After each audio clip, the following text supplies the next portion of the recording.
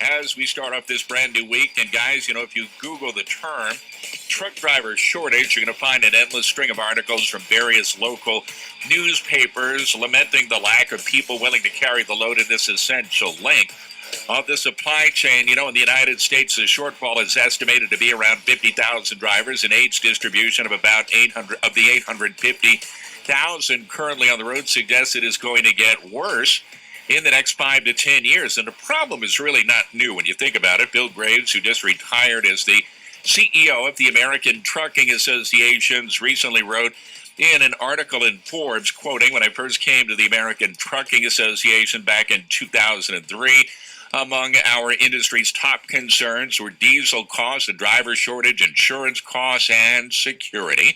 Much has changed since the 2003 era, but the top of Graves' current list of challenges is still a driver shortage." Why is there a shortage? What is working? What is not working? What are companies doing to try to fix this? Are millennials the answer? Are luring back retirees the answer? We're going to do a deep dive into this topic, drivers, involving the driver shortage. Keith Klein is with me on the program. He is the president of Transport America.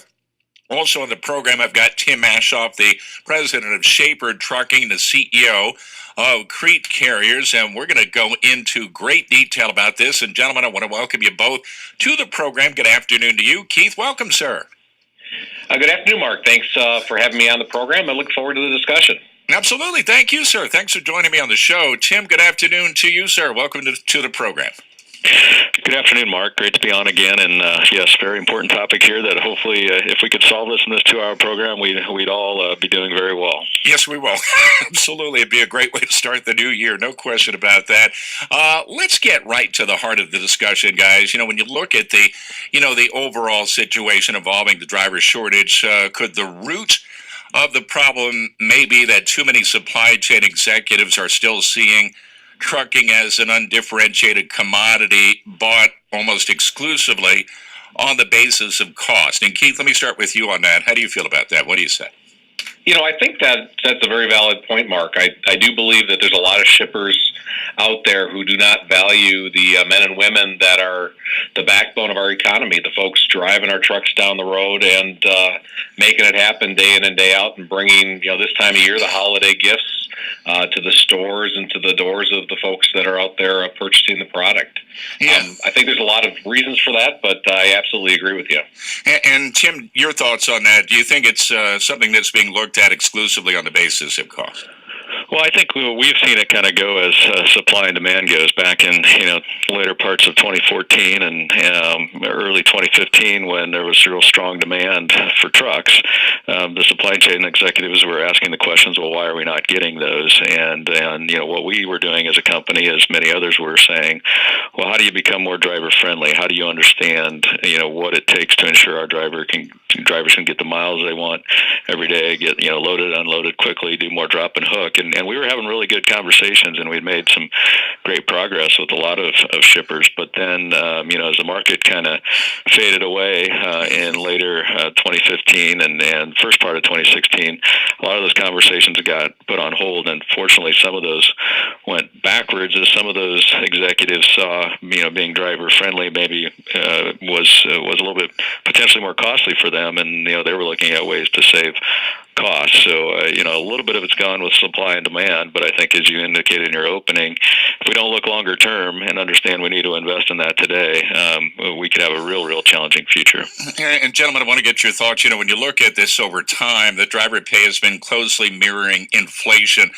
Looking at some of the 2015 mean actual earnings, $43,410 according to the Bureau of Labor Statistics in Washington, and that's really not bad. I mean, because when you look at the average earnings for somebody that's walking, the stage with a college degree in hand, they're going to make about $45,400, and that's really going to be well above those who have finished high school.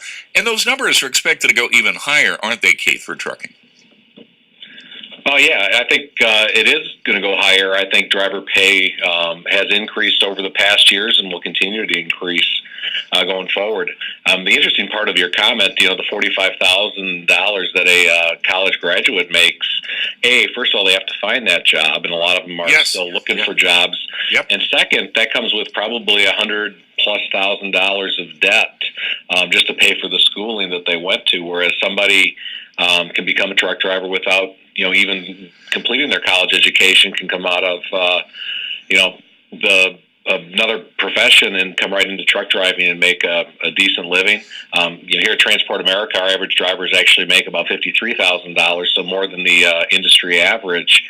And that's just the average driver. Our best drivers are up in the $65,000 to $70,000 range. Yeah, and expand on that, if you will, as well, Tim, because, when and Keith's spot on. I mean, when you graduate college, or a lot of the kids that get that degree, they're looking at $100,000 in debts, and mom and dad are nowhere to be found. When you look at that. But from the standpoint of getting into the trucking industry, there seems to be a lot of upward mobility from those numbers, right? There's a lot more to this. Somebody that's in the industry for a while can make well north of $45,400, correct? Yeah, absolutely. And I think when you look at that average, we have a lot of newer people in the industry, and unfortunately don't stay in the industry a long amount of time. So those new drivers are paid, closer to that average, where we're like Keith. Our average over the road drivers in that, $56,000 range, and top drivers, much like his. So it is one where if you can get in here, you can, become accustomed to it, perfect it. You can make, well over that average. And then as you indicated, there's other options, not only within the industry. Team driving can make you more. Having certain endorsements, whether it's bulk or hazardous materials. Otherwise, there's opportunities to make more than just that. I think that government reported average, which I would say generally for a true over the road driver that has made this a career, is low. Yeah, and gentlemen, I guess, when you look at the turnover for the full truckload fleets running at about the 80-90% range, that means a lot of drivers are going to be leaving, say, in the first year. What's causing this? Is it the combination of homesickness, licensing, regulatory hassle, aggravation with the road congestion, financial responsibility? Does all of that add up in your estimation to merit a raise? Keith, what are your thoughts? Yeah, no, I think all of that adds up. As we poll our drivers that decide to leave, the biggest challenge is family lifestyle. They have a difficult time adjusting to life on the road. There's some kind of pull back home where they want to be home or need to be home more frequently than that, and that becomes the biggest challenge. The folks that are most successful are the ones that understand that. Driving a truck over the road means being away from home for periods of time, and we'll get you home when we need to get home. But how do you create a good lifestyle, but not being home in your bed every night? And that's the biggest challenge that we run into. And what are your thoughts on that, Tim, as far as what Keith is saying? I think that's absolutely right. And if you think about it, there is a trade-off when you're giving up some of them being home, whether it's every night or more frequently than, a traditional over-the-road driver. Not only is there, as you mentioned, that maybe homesickness or wanting to be with family, but there's the practical aspects of that where, so if I'm home every day and we have a minor plumbing issue, I can fix it. If I'm out on the road, though, my spouse or otherwise has got to call that plumber in to do it. So, driver needs to make a little bit more money to be able to afford some of those things that, in addition to just the road expense, that may be home expenses that can't be taken care of by that, supportive spouse that's there at home. And so there has to be some makeup for that trade-off of being out on the road. Now, gentlemen, I'm looking at some of the same ATA data source material that flags a barely break-even labor market among the long-haul full truckload carriers as the exact opposite for less than truckload, the LTL fleets. And the turnover in the first quarter of this year for the LTL fleets only 8%. Keith, in your estimation, what is the LTL doing right that the rest of the industry may need to get on board with? What do you say to that? Yeah, I'm not sure if they're doing anything, more right. I think the nature of that business is different than the one-way over-the-road business. The LTL business has dedicated lanes and routes that run back and forth generally. So it runs more like our dedicated business, and our turnover rates in our dedicated business are significantly lower than they are in the one-way businesses. But, there the drivers have a routine of freight. They go out, they go back. Sometimes they're home every night. Sometimes it's every other night. but there's more routine and structure and predictability and consistency to those runs, which I think all add up to less turnover and more job satisfaction from the driver's standpoint. I think over the road is tougher. It's, you don't know what your next load is going to be all the time until it's on you, and we try to plan ahead of time, but that doesn't always happen, and sometimes it's going a different direction than you'd like to go, and sometimes it means that you're out for longer periods of time than the LTL driver is. So I think it's kind of an apples and oranges comparison, in my opinion. And Tim, from that standpoint as well, when you look at the LTL business model as compared to the over the road, do you think that one of the trends going forward for 2017 will be for more carriers to maybe focus on not only over the road, but maybe more regional or LTL to maybe try to attract drivers in? I think most good carriers have been doing that the last couple of years to the extent they can. I mean, we ourselves have developed more regional fleets and more home options, so we have opportunities for in different fleets depending on a part of the country where they maybe be able to be home every 2 or 3 days, some home every week, some every 2 weeks, and then some more the traditional every 3 week. But I think as Keith kind of hit on, there is a whole market out there that really still needs over the road drivers. We talk to our customers and while a lot in the supply chain has changed over the last 5 and 10 years as far as the distribution networks and intermodal and other things, there's still strong demand for that irregular route. Their demand of their product changes daily, weekly, where they cannot set up a dedicated fleet or just some more specific routes, and that's going to stay out there. So I think good carriers are going to have to learn how to do both. What can we regionalize? What can we make more routine? But then also, how do we continue to serve some of the truly some of the biggest Fortune 500 companies in the nation that need us to serve that over the road freight? And gentlemen, when you get right down to it, I mean, the driver's really at the heart of this, right? When you think about how critical the driver's role is to the supply chain, you layer on top of these existing jobs, the explosion in technology. You've got mobile devices tying into enterprise systems for inventory visibility, order management, but the Internet of Things devices, shelves, pallets, and equipment. You've got a truck driver who is very intimately demand-driven extension of that supply chain. They are the face of the company, right, Keith? Yeah, absolutely. And in my opinion, they always have been. I think sometimes shippers have forgotten that, and sometimes some of the carriers out there have forgotten that. But the drivers touch the customer more than anybody else in the company does, and they're an integral part of that supply chain equation. And here at Transport America, I tell all of our employees, when they come in, that the customers pay the bills, but really the only folks that do what our customers pay us to do are our drivers, and that's to haul freight from point A to point B is really what our customers want done. They want it done on time and safely, and the drivers are the only ones who do that. So the role of everyone else in the company is really to support that process and help our drivers be successful in that process. And that's really the philosophy that we have. And I think what, to your point is it really points out that driver is critical to that supply chain and that customer-facing event. Yeah, absolutely. And Tim, from your standpoint, I mean, the driver is literally the first line of contact with that customer out there. Such a critical link in the supply chain, correct? Absolutely, and not only are they our contact with our customer, but for most of our customers, they're also their representation to their customers. They're going from their, whether it's manufacturing facilities, distribution centers, to their customers. And so, our good quality customers recognize that, and they are the ones that are working with us on, making, as we talked a little bit earlier, making things driver friendly, making things, be scheduled well, be drop and hook to, hey, if there's a minor OS&D issue, it doesn't tie the driver up for 3 hours. They've got something put in place with their, customer to get that resolved without the driver having to stay there. So, I think, the quality of drivers that each of us carriers have should be important to not only us, because they are the face to our customer, but to our customers. And the more we can see that alignment through the supply chain, the better it will be for the drivers. All right, I got a break, gentlemen. Hold on. Great conversation. Drivers, let me open up the phone lines to you.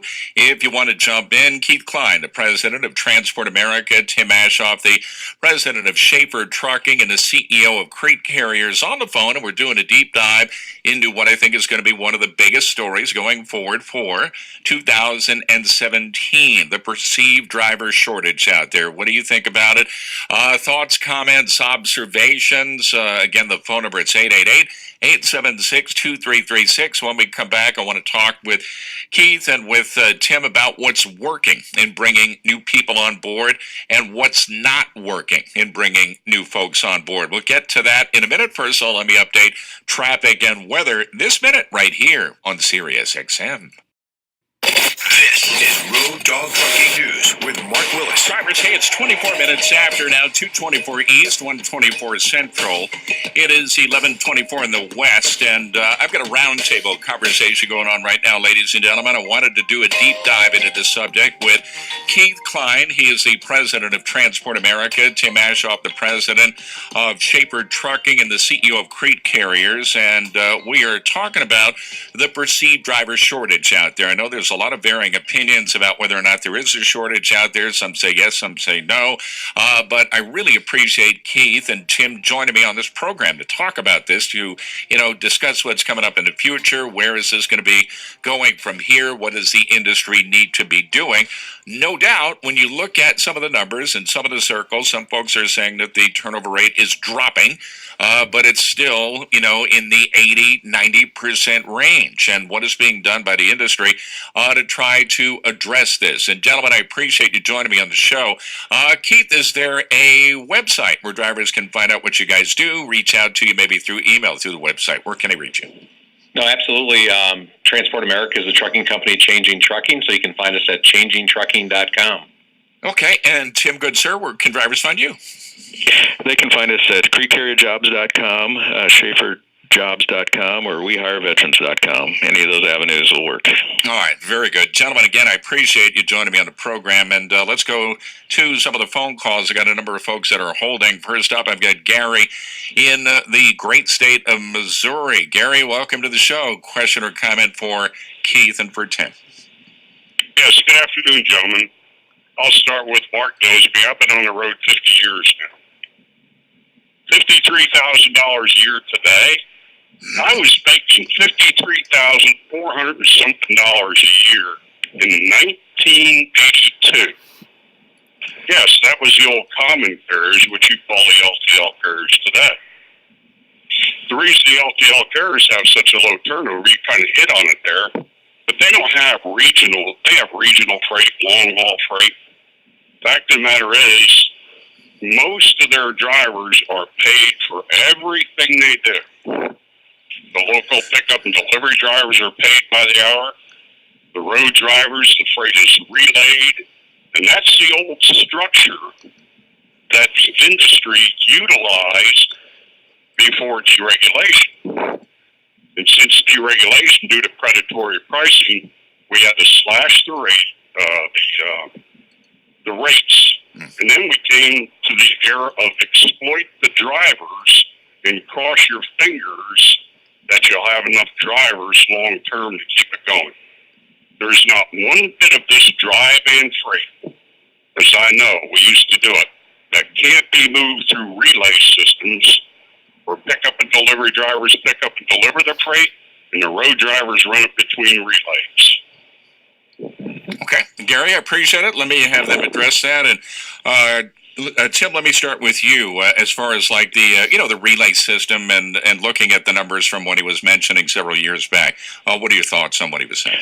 Sure. I think he's absolutely right in that, the trucking industry has changed and continues to change based upon, in essence, what our market force is out there. And I think we as trucking companies themselves are kind of the part of our job is to be a little bit the middleman in that. So between the drivers that are out there and available to haul the freight and then the customers that have them, and what, arrangements can we make with those with our customers? What can we get for rate? What can we get for how they're willing willing to pay us, and certainly then, make that offering to the driving force out there. And that's something, we at Crete Carrier for 50 years have been, struggling with that challenge. And what we focus on, and our focus has been on for a long time, is on the driver. And we take that focus first and say, when we are negotiating with our customers, how can we ensure, we're doing the best we can for the driver out there. And I think that's one of the reasons why our pay is higher than average, that we have, high amount of drop and hook freight, that we've done some things to pay for like guaranteed detention, and to do those things that the caller mentioned, to make this, a rewarding, worthwhile career. As far as the relaying, I think, and believe me, all of us companies try to figure out what's the best way we can, again, as I said, make this a career for a driver, so make it work. And some of that could be relaying or otherwise. But in the realm we play in, other than, as I mentioned, some regional and some dedicated fleets where we're able to do this, in our over-the-road business where it is irregular, where, one week you may have 15 loads in a city and the next week you may have 50, to set up that type of operation becomes, very difficult because of those fluxes, both in day of week, time of day, week of year, month of year. Those variations make that relay system very hard. And the other part about it is the requirements the customers have for pickup and delivery. And every time you put another driver touch on a load, the timing has to go just right. And so if we have a relay operation where one driver gets delayed on one end and then they get to the other end, and the other driver is sitting there waiting, that's time wasted for that driver, added cost, maybe a service failure. So we wish it was simpler and we could do more of those operations, and we do continue to look at those and do them where we can. But in our business, it's not as easily capable of doing it across a whole fleet. Yeah, and Keith, expand on that. I mean, as far as like maybe setting up a relay system, the cost that might be involved with that, and the ultimate, the concerns or the demands of the customers, those have got to be met first and foremost when you're looking at a contract like that, right? Yeah, no, I think that's absolutely true. I mean, as you look at the demands of customers and on-time performance and being able to do pickups and deliveries, a lot of the customers are scheduling their freight at 45, 50, 55 miles an hour. And the reality is that you can't put a relay in the middle of that or a local delivery. You're just not going to meet the service requirements of the customer in that case. And Tim's exactly right with the volatility of demand. I mean, if we knew we had a truck that needed to run every day between two cities, we could absolutely engineer that into something that looked like a dedicated run or an LTL run. But that doesn't happen. The volatility of the irregular rate freight is pretty significant, and that's why there's less predictability in there, and why we need to have flexibility in terms of the networks. But I do agree with them in terms of we try to pay at the high end of the market. I view one of my jobs as the leader of Transport America, to be an advocate for the driver in terms of both the quality of the freight that we're hauling, but also in trying to champion rate increases and being able to pass those rate increases on from our customers to our drivers as part of that. But we can't pay what we don't have, so ultimately it's really dependent upon the marketplace that's out there and what customers are willing to pay for the service. All right, gentlemen, I got a great conversation. I'm coming up on news, and drivers, again, I got an open table it's a round table forum for you guys if you want to get on board and talk about the perceived driver shortage. Give us a ring at 888-876-2336. My guests on the program, Tim Aschoff and Keith Klein. Bottom of the hour, that means it is time for news right now, right here on SiriusXM. Back to Road Dog Trucking News with Mark Willis. Drivers, hey, welcome back to the program. Now, coming up next hour on the show, Colin Mooney is going to be joining me. He is the president of the Commercial Vehicle Safety Alliance. We're going to take a look back at 2016 with some of the programs that CVSA has been running. We'll talk about Operation Safe Driver and what's coming up for next year. So, Colin Mooney joining me on the program next hour. Right now, got a round table going on, ladies and gentlemen, with Tim Aschoff. He is the president of Schaefer Trucking and also the CEO of Crete, along with Keith Klein, the president of Transport America. And we're talking about the driver shortage out there, guys. You've heard the numbers. You've seen the print. That's in involving these stories out there. How do you feel about it? Questions or comments that you'd like to maybe bring to the table? Gentlemen, again, I appreciate you joining me on the program. I think this is going to be one of the, bigger stories going forward. And like I mentioned earlier, this is not a new problem. It seems to be perpetual. It just seems to be ongoing. Keith and Tim, again, thanks for joining me. Keith, I got to ask you, starting off this break, what is working for you in bringing new people on board? What is the company doing to attract new folks to the trucking industry? I think, from our perspective, we've been working on a culture of respect for our drivers for a long period of time. Like I mentioned earlier, we talked to folks about everyone else in the office's job is to help our drivers and create to help them be successful in serving our customers and delivering freight. We find social media is a really good avenue for getting that message out. YouTube videos, Facebook. We got a lot of following on Facebook, so we utilize technology. But really, it's about getting the message out that Transport America is the trucking company changing trucking.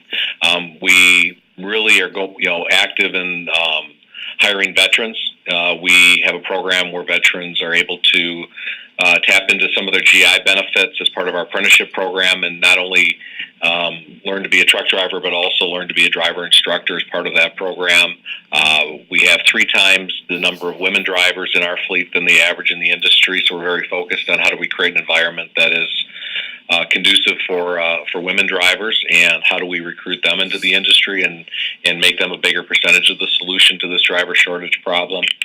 Driver referrals are a big part of what we do. A lot of our drivers come from other drivers that work here and talk about, how good we are as an organization. So a lot of different avenues, but those are the ones that are working for us the most. Yeah, and Tim, same question. What has worked this year in bringing new folks on board? I think we're much the same as Keith. We're celebrating our 50th anniversary here at Crete Carrier, and I think the thing that we always have wanted to convey over the years is that, we are consistent. We're ethical. We are straightforward. We show respect. We have 7 principles that we have out there on our website that we live by day in and day out, with safety being first and foremost. But because of that, we are what you see and what you hear about us. We're straightforward. We want to make sure what the driver what we say he's going to get paid, and he gets paid, that we have good benefits. We don't do a lot of gimmicks or other things that maybe some other companies do, big sign-on bonuses or other things. We believe you deserve to be paid for, what you're worth out there, and be paid for that on every mile. So we have, good base mileage pay, good benefits, that constancy of miles with the customers we have. That's what we really look for, is something that's not, let's not come to Crete Carrier, Schaefer Trucking, and try it out for 2 weeks to see if what I've heard from the recruiter otherwise was the truth. We expect that what you hear from us is what we deliver on. And the thing that really helps us the most is our own drivers. Our own drivers are our best recruiters, because they've been here. We have less than half the national average on turnover. Our tenures well over twice of what the average is for the over-the-road truckers. So we really want you. We want you to go out and talk to one of our drivers. Yes. Ask them, what is it like to be a Crete Carrier driver? What is it like to be a Schaefer Trucking driver? We're not afraid of that, because if we're not delivering for our existing drivers, you can't expect us to deliver for you. So we find taking care of our own drivers a very important thing, and focused a lot on that again this year with some of the things we did. All right, and Keith, flip side of that question, what has not worked in bringing new people on board? What needs to be reviewed in your estimation? I think the one thing that we historically would do, and Tim mentioned that the industry is changing in a number of ways, but one way is, I think the truck stop magazines that used to be pretty much the only source of driver recruiting have really become stale. They all kind of look the same, and all the pages look the same, and it's really difficult in a one-page ad to differentiate yourself and tell the story and be able to have people discern what's true and what's not true. So I think that's a piece that's changed over the years. Like, those magazines are still out there, but I'm not sure they're as effective as they used to be. And then I think, as Tim pointed out, we see a lot of our competitors trying gimmicks like sign-on bonuses and other things. We're not a believer that really does a lot of good, that you might attract folks that are jumping from one sign-on bonus to the next, but it doesn't bring you that quality person that you really need to have part of your organization that's going to stay with you for a long period. Yeah. Tim, same question. What hasn't worked in bringing new people in? Your thoughts? Well, I think it's just what Keith said as well, and some of this from the marketing standpoint. But I also do think, there are some challenges that are out there when we, almost like in the last segment, when you've tried to sometimes maybe engineer some things to say, hey, I can either create this type of route for a driver or otherwise. That because we're still in the over-the-road trucking business, we have to be careful with and make sure that what we put together really will work. Excuse me. So we have to be cautious about those different offerings. And as I said, we want to say when we go out to talk to a driver, we want to be able to deliver what we promise. So we've had to take a little more time and try to create some more home time options on some fleets than maybe we'd like. But then the other thing, a little bit, not necessarily related to marketing, but once you get somebody in the door, as we have gone to hair follicle testing, like a lot of other major companies have, and that has reduce the number of drivers we are able to hire. But for us, when you think about it, if we have that type of driver that has that challenge, we really don't want them on our fleet. As we talked earlier, they represent us, they represent our customer, and they may be a safety hazard as well. So that's kind of hindered us. And then just the ongoing increase of scrutiny we see in DOT physicals has been a challenge for bringing drivers on board. With the DOT physicians having to be registered with the DOT now, and some of the things that we've talked about in the past, even on this show, Mark, that's been a challenge on getting new people into the industry and keeping them here. Yep. Let's go to Gary, who's going to be first up in Tennessee. Gary, thank you for waiting, sir. Question or comment for Keith Klein and Tim Aschoff? Hey, first of all, I want to thank Tim. He's one of my bosses there at Crete Shaper, and I'm a Crete driver. And thank you, Tim, for the raise you're about to give me there, buddy. You're January 1st. I appreciate that. That's how long the time, by the way, if he's listening. And you know what? When it comes to driver shortage, it isn't so much a shortage of qualified drivers. Most companies have a core of drivers that stick with their company. I've been with Crete almost 22 years now. January 10th will make 22 years. And for 22 years, they give me everything I've needed to be successful as a truck driver. But there's about 10 or 20% of drivers out there that get mad at every little thing that doesn't go their way. They bounce to another company, and that kind of messes everybody up. They don't get a gravy dispatch every single time. They get mad at their asset manager, their dispatcher, whatever. Then before you know it, they're bouncing over to another company. And they spend years doing that, and instead of making 51, 52 cents a mile like I am, they're staying in the 30-something zone because they won't stick with a good, solid job and do their job in a mature manner, and that just kind of messes everybody up, especially themselves. So, You know what? There's really plenty of good drivers out there and plenty of good jobs, but there's that certain fringe of people that kind of messes it up for everybody else.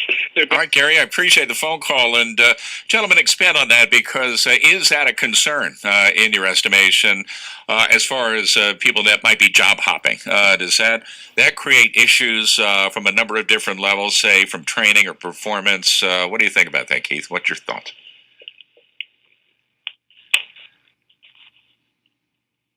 Tim, what are your thoughts on that? Yeah, I do think that that's an issue. We try to look for drivers in recruiting and ask our drivers that are out there referring to us to look for what we think will be a long-term driver, someone who will become a member of our team, and not just be looking for that next best thing. It is important to us that we have longevity. And as I tell all drivers, and I certainly appreciate Gary's comments, is that we're not perfect. There are going to be days out there where things just don't go right, that we either have some challenge here. We have a team here, both in the office and the shops, that really want to do their best as well. But things do happen. We miss something on a dispatch. We have a breakdown with a piece of equipment. Those things happen, and our goal is to try to be able to rectify that and get you back on the road as quickly as possible. But there are days like that, and if drivers don't understand that, and I know most of your listeners do, they wouldn't be out there listening to you if they didn't. But if they don't understand that, they're going to have a challenging time in trucking, because in the over-the-road world, you do have that that challenge that comes up every day. And what I find is a lot of the drivers that I talk to that really love trucking, that's what they love about it. Yeah. They love Yep. that, Yep. I don't know what I'm going to be doing tomorrow, or even if I think I do, you just never know what's going to happen, around the bend, so to speak, and how they react to that, how they work with us as a company to react to that, and how we overcome that is what makes us both successful. And Keith, I've got to imagine, when to the point of the caller just a few minutes ago, that one of the issues that maybe some of the companies face out there are those that are bouncing from job to job, say every 6 months or a year. Problematic. How would you view that as far as the industry is concerned? What do you say? I think it is problematic. I think it costs companies like us and Tim's company a lot of money in terms of recruiting dollars that we spend in bringing these folks in, and then they leave right away. So those are dollars that could be invested in driver pay increases or other things. So, millions of dollars being spent on driver recruiting costs for folks that are bouncing around. I think also in terms of the quality of the experience for that individual, it takes a while to learn a company.